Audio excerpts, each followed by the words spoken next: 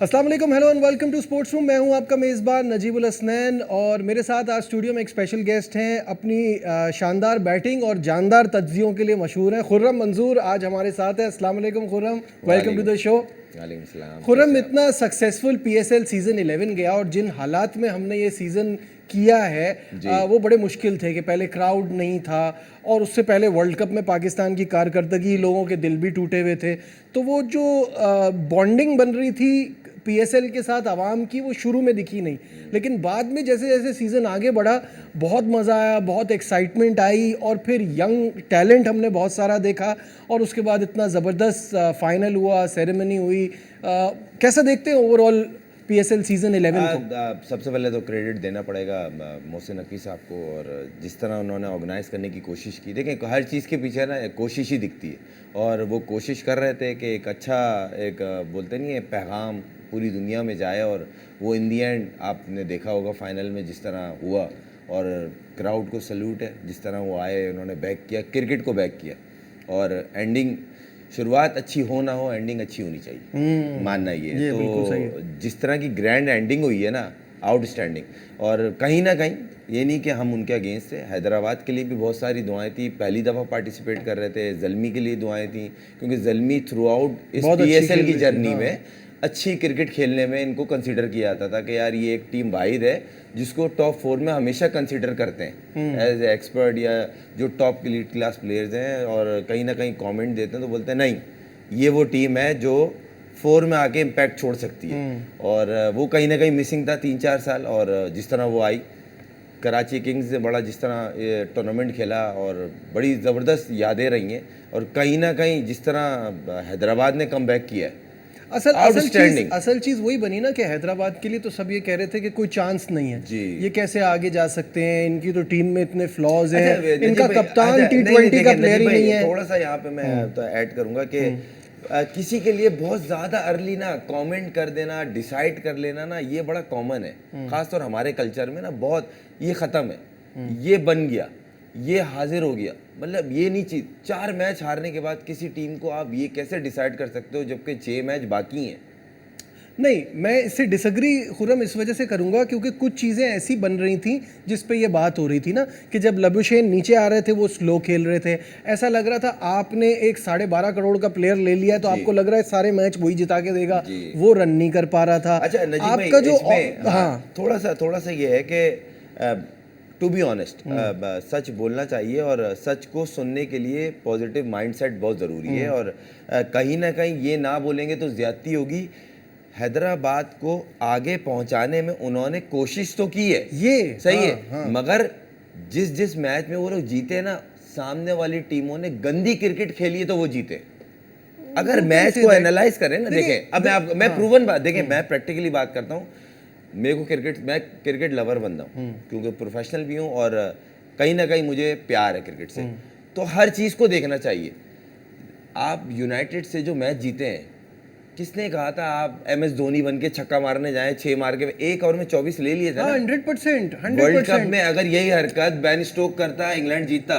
ये बिल्कुल आप सही कह रहे हो, फहीम अशरफ की गलती है, बहुत सारी चीजों में बड़ी गलती है, लेकिन देखो ना, right thing at the right time, right moment पे पीक करना। कोई सोच सकता था कि ठीक है उस्मान हमेशा अच्छा खेलता है, लेकिन ऐसा खेलेगा इतना कंसिस्टेंट, और वो सबसे बड़ी सेंचुरी उसी की सेंचुरी, जब शुरू में 4 आउट हो गए और उसने जाके सेंचुरी बनाई। बेसिकली इनकी टीम को मोमेंटम उसकी उस सेंचुरी से हुआ कि 3 बोर्ड पे लगे हुए थे 34 पे, और सडन इसने आके काउंटर किया है, और काउंटर में जो कुदरती, बोलते नहीं, अगर आपकी सोच अच्छी हो ना, पॉजिटिव हो, तो ला मौला ऊपर से भी थोड़ी सपोर्ट मिल जाती है। सही बात है। इसके तीनों चारों जितनी भी इसने टॉप इनिंग खेली है ना, सब में 0 पे इसका कैच गिरा है, 2 पे, 1 पे, 0 पे, और ये बात सही है, तो किस्मत भी बड़ी मैटर करती है। उसके बाद उसने ये नहीं सोचा मेरा कैच गिरा हुआ है, उसने फिर काउंटर किया, तो पूरा भरपूर काउंटर किया है। सही बात तो दिलेरों को ही लग साथ देती है ना, उन्होंने क्रिकेट खेली, कोशिश की, और देखें कहीं ना कहीं पे सॉर्ट आउट होते गए।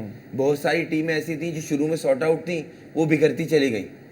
इनका बाद में बंच बनना शुरू हुआ जब इनको समझ में आया नहीं भाई, हमने क्रिकेट खेलनी क्या है।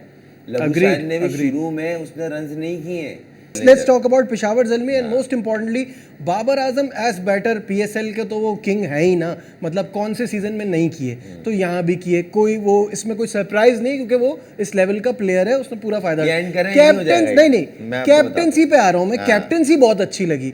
अब इस पे ये एक बात चल रही है कि वापस दोबारा कप्तान बनाने की बात हो रही है, what's your take on that? Because मेरा पॉइंट ये है कि क्या आपको वहाँ मेंडिस मिलेगा, क्या वहाँ इस तरह की क्वालिटी होगी, जिस तरह की कप्तानी वो यहाँ कर रहे हैं, क्या आगे दोबारा कप्तान बनने की बात जो चल रही है वो है? देखें नजीब भाई, पहले मैं आपको सवाल का जवाब देता हूँ जो ज़ल्मी से रिलेटेड आपने किया ना। देखें, बाबर को कोच ने एक दिया कि यार ये है संभाल लो, जो एक्चुअली बाबर की नेचर एक्सेप्ट करती है। ठीक है, आपने भी उनसे मिले में, हम भी, मैं साथ खेलता रहा हूँ और खेल रहा हूँ। कहीं ना कहीं उसको ना फ्रीडम चाहिए होता है, अपनी मर्जी का। एक होता है फ्रीडम मिला हुआ, एक होता है अपनी मर्जी का फ्रीडम। उसका शेडो बाहर आ गया, जो काफ़ी दिनों से काउंटर बेस पे रुका हुआ था। वो स्ट्राइक रेट का बहाना कह लें, स्लो खेलने का बहाना कह लें, तीनों फॉर्मेट खेल रहा है, इसको बाहर निकालो, उसको डालो, बहुत सारे सवालात। उसको उन्होंने बेसिक कर दिया, उन्होंने भला ये आपकी चीज़ है, ये गुलदस्ता है, इसको किस तरह आपने फ्रेश रखना आप जाने। उसने बोला सही है भाई, मेरी मर्जी है। तो ये आप कह रहे हैं ये तरीकाकार होगा तो बाबर एज कैप्टन सक्सेसफुल होंगे? देखें, तो क्या 2023 के वर्ल्ड कप में ऐसा नहीं था? देखें, शुरू से जो बाबर की जर्नी शुरू हुई है, कप्तानी की जर्नी, शुरू में उसका 3 साल का जो ऑरा था वो यही था कि सब चीज आपके चेयरमैन ने कहा, खुर्रम मंजूर नजीब नहीं कह रहे थे, रमीज राजा ने, कि वो मुझे आके बोलता था कि भाई आप बैटिंग पिच बना दें, मुझे रन करने। ये उनके बकौल, मेरे नहीं। उसको ये कंफर्ट जोन देते थे। वो तो खैर अब जान छुड़ा रहे हैं ना, अब वो तो किसी और पे डालने वाली बात है। बोलना था तो उस वक्त बोलना था, मुझे ये चीज सही नहीं लगती। मेरा जो पॉइंट है वो ये है कि 2023 में क्या फुल कंट्रोल नहीं था? फुल कंट्रोल था पूरा। 2023 में क्या परफॉर्मेंस थी, टीम की क्या कारकर्दगी रही? अच्छा 24 में क्या हुआ? देखें, सही ये एक चीज मानने वाली है, आपके कप्तानी में बहुत सारे फ्लॉज थे और वो एक नहीं थे। अगर 10 आउट ऑफ निकाले ना तो 50% भी नहीं था, ऐसा था 2-3। और ये मैं नहीं, उनकी कप्तानी बोलती थी, सारे देखते थे। इसमें बेहतर कप्तानी की, बहुत ब्रिलियंट। तो यही अच्छा जो चीज है ना, देखें मेन चीज ये, जो डिसीजन लिया वो इन्हें पे बैक कर गया।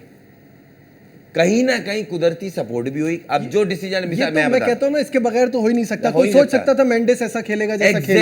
एग्जैक्टली जिस तरह की उसने इनिंगें खेली हैं, जो उसने पहला 100 किया है ना, बेसिकली बाबर को जो सही मानों में दिमाग में एक सुकून पड़ा होगा ना यार, वो मेंडिस की साथ की वजह से पड़ा। ये मुझे मिल गया, 100 हो गया। अब ये कुछ भी ना करे ना तो ये 40-45 वाली इनिंगे तो खेलता रहेगा, क्योंकि देखें ये मेथड है, मोमेंटम मिल गया प्लेयर को। सही। और जिस तरह की उनकी टीम चल रही थी, सबसे अच्छी बात ये, इनका जो बैकबोन था ना वो था सुफियान मुकीम, वो टाइमली परफॉर्म कर रहा था।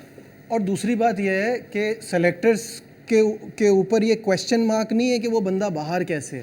भाई देखें, विद रिस्पेक्ट, ये तो फिर टेस्ट सीरीज पे बात आ जाती है। नहीं, मैं टेस्ट सीरीज की बात नहीं कर रहा, मैं ओवरऑल कह रहा हूं वो कैसे बाहर होता है। एग्जैक्टली उसका जो, जब वो पाकिस्तान की जर्सी उसने ली है, उसकी उस टाइम भी परफॉर्मेंस अच्छी थी 100%। वो एकदम से क्यों उसको बेंच, और बेंच के बाद घर क्यों गया? शाहीन में जा रहा है, वहां जा रहा है, किसी ने, वो शाहीन का प्लेयर ही नहीं है ना यार। जिस तरह अभी साद बेग के साथ हुआ, वो डिजर्व करता है। हम उसके अगेंस्ट या उसके साथ में नहीं बोल रहे, हम उसकी परफॉर्मेंस बेस्ड बात कर रहे हैं। मैं गाजी गौरी के अगेंस्ट नहीं हूँ, मगर आपको क्या लगता है कि रिजवान 2 टेस्ट मैच गया खेलने और रिजवान छोड़ के बोलेगा गाजी गौरी को दे दो, वो खेलेगा ही कभी भी नहीं खेलेगा। Ghazi Ghori genuine wicket keeper plus batsman गया है। एक तो करंट फॉर्म में बहुत है, तीनों फॉर्मेट में उसने 1000 से ऊपर रन किए, पहली बात। और जिस तरह की उसके बैट पे बॉल आ रही है, देखिए मेरी हमेशा एक चीज़ पे मैं तरजीह देता हूँ, डोमेस्टिक को रिस्पेक्ट देनी पड़ेगी।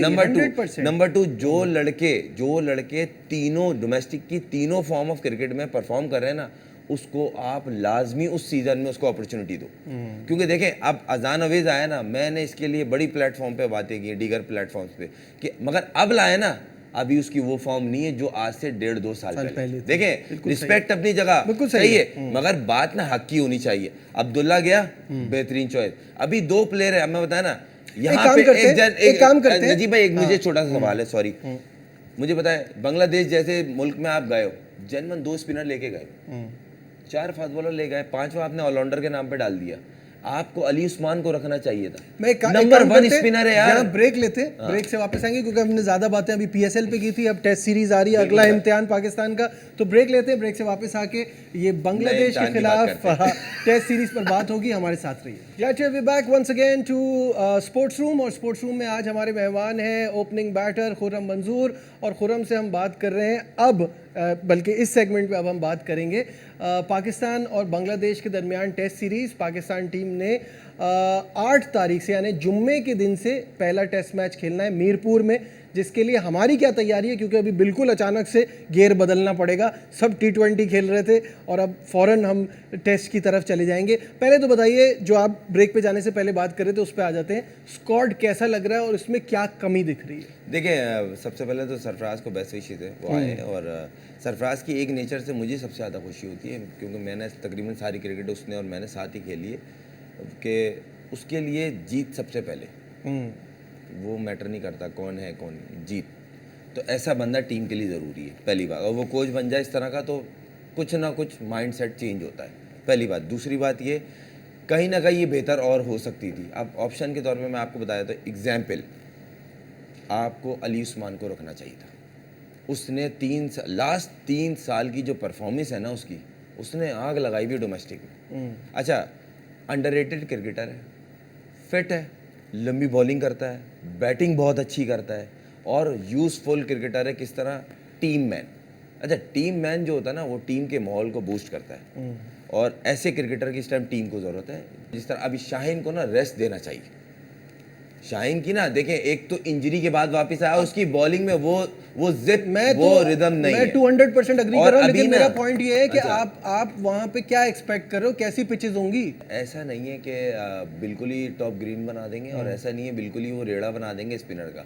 उनको पता है कि ये अच्छी प्रिपरेशन से आ रहे हैं, लास्ट सीरीज हमने इन्हें इनके घर में हराई है, और कहीं ना कहीं इनके जहन में नाइज राना का होगा। तो भाई, आप टेस्ट क्रिकेट को टेस्ट क्रिकेट की तरह खेलो। आप मैच जीतोगे ना तो आपको ये बोलेंगे यार मैच जीते। इंग्लैंड को आपके स्पिनर्स ने पकड़ा था, पूरी दुनिया में बूमा बूम हो गया था, यार पाकिस्तान ने पकड़ लिया इंग्लैंड को, अरे भाई वो तो खेला नहीं जा रहा। किसी ने ये बोला आपको कि यार इन्होंने गलत किया? बहुत सारे में से चंद लोग होंगे जो बोले यार ये गलत किया, नहीं बोले, एंड में पाकिस्तान जीता। तो इसी तरह आप उसकी प्रैक्टिस तो करो।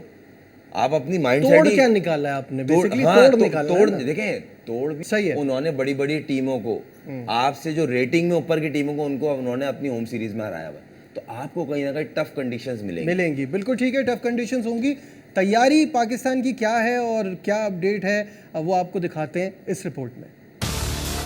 बांग्लादेश के खिलाफ टेस्ट सीरीज से कबल पाकिस्तानी टीम की तैयारियां। ढाका में खिलाड़ियों ने ट्रेनिंग सेशन में हिस्सा लिया। पीएसएल का फाइनल खेलने वाले खिलाड़ियों ने भी स्क्वाड ज्वाइन कर लिया। रिपोर्ट आपने देखी तैयारी के हवाले से। खुर्रम, आखिरी सवाल आपसे, मुझे ये बताइएगा, if I ask you right now, series का विनर कौन होगा, क्या रिजल्ट देख रहे हैं? यार, मुझे ऐसा लगता है पाकिस्तान जीतेगा। पाकिस्तान जीतेगा, क्योंकि देखें जो प्लेयर्स को इन्होंने तरजीह दी है ना, सबसे अच्छा लगा मुझे इमाम वापस आया। इमाम का वापस आना बहुत अच्छा है। देखें, सब चीज़ें अपनी जगह है, क्रिकेट से ऑनेस्ट होना अपनी जगह। इमाम बाहर होना बनता ही नहीं है। टेस्ट और वनडे से बाहर होना नहीं बनता भाई। आप अपनी एक अलग बनाए हुए हो कि ये है, वो अलग चैप्टर है। इमाम की वापसी हुई है, बाबर का अच्छा फॉर्म में आना, टाइमली आना, और उसके बाद ये सीरीज में जाना, क्योंकि देखें and do you think Shan Masood जिस तरह से खेला है, मैं अभी इसी पे आ रहा था, उसका भी बहुत बात है, मगर आपको ये माइंडसेट चाहिए था, और कहीं ना कहीं ये पे बैक करेगा, थोड़ा टाइम लगेगा, और देना भी चाहिए, और कहीं ना कहीं चेंज किया, अच्छा स्टेप लिया ना। असद शफीक बैटिंग में एक्सपीरियंस है यार, उसका सही किया, अब लेके आए। इवन अजहर का भी बनता था अगर होता, तो कहीं ना कहीं अच्छी चीज़ें, जो अच्छी चीज़ें उनको अप्रिशिएट करना चाहिए। तो अब सबर ये करना है कि इन्होंने वहाँ क्रिकेट खेलनी कैसे। अगर आप देखा जाए ना, ऑन अ पेपर पाकिस्तान का पल्ला ऑन पेपर बहुत भारी, और होना भी चाहिए, होना भी चाहिए। देखिए यार, ये तो हमने बीच में हारना शुरू कर दिया इनसे। गलत सिलेक्शन करेंगे आप, कहीं भी आप नेपाल से भी हार जाओगे भाई। आप अमेरिका से हारे थे ना, उस मैच की प्लेइंग 11 उठा के देख लो, जो क्रिकेट खेली उठा के देख लो। तो इसमें अब वो कल्चर ही खत्म हो गया जो युगांडा से जीतेंगे और जी उससे ऑस्ट्रेलिया से हारेंगे। नहीं भाई, कोई टीम किसी को भी आप देखें यहाँ आ जाती है। Exactly. Khurram, thank you so much. Khurram से बात करते हुए पता ही नहीं चलता वक्त का। उम्मीद करता हूँ प्रोग्राम आपको पसंद आया होगा। दीजिए अपने मेज़बान नजीबुल हसनैन को इजाज़त। अपना बहुत ख्याल रखिए। अल्लाह हाफिज़।